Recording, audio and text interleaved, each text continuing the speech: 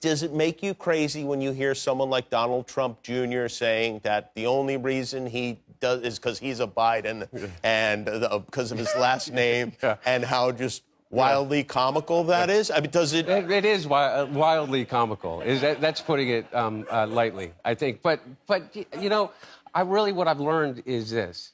Is that I don't spend too much time thinking about it. I do. I think about it all the time. Yeah. I'll think about it for you. Well, maybe that's why, because I have other people to think about it for me. Okay, guys. I got a bite because I saw this thing. I was scrolling through my Google alerts. We're going to talk Hunter Biden. Hunter Biden, I read, apparently, Hunter Biden just shaded Trump's sons for only being successful because of their dad. Wow. That's rich coming from Hunter.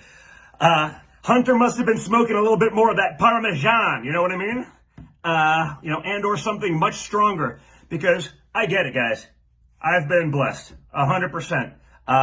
We've been able to do some incredible things. I've certainly gotten incredible advantages from my father, from his private business, unlike Hunter taking advantage of a public office. But let's talk about Hunter and all of the accomplishments that he's had on his own, because apparently he's worked for people other than dad, right? Really? You think crackhead Hunter got into Yale Law without connections from his dad? I'm gonna go out on a limb and say probably not. But more importantly, let's talk actual jobs. Hunter Biden got a job and then rose through the ranks at MBNA, the largest bank and employer in the state of Delaware, where his dad was a senator for like half a century. Okay?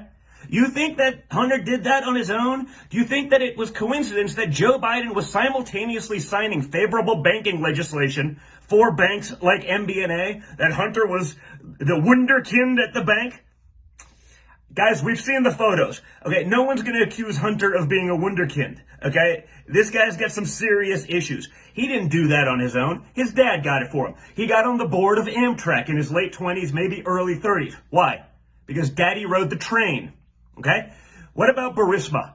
Right? Remember that board seat where he's pulling in millions to sit on a board of an energy company in a business he knows nothing about?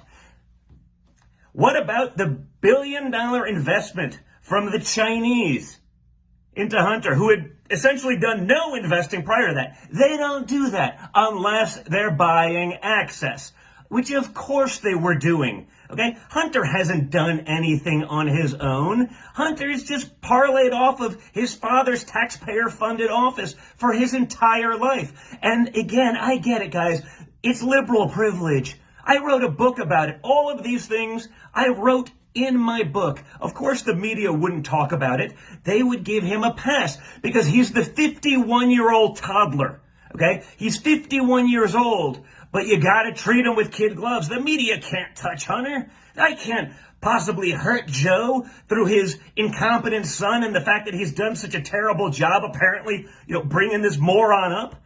I mean, think about it. If I did the stuff that Hunter was doing, imagine I did that interview. Well, when I was a crackhead, I smoked Parmesan cheese to try to get high, amongst other things. I was getting millions from the former mayor of Moscow's wife, a person who was connected to human trafficking and prostitution rings in Eastern Europe. Hunter can get away with it. Hunter, you haven't done anything on your own. Literally zero. Stop pretending. And again, maybe it's time at 51 to actually grow up and do something for yourself.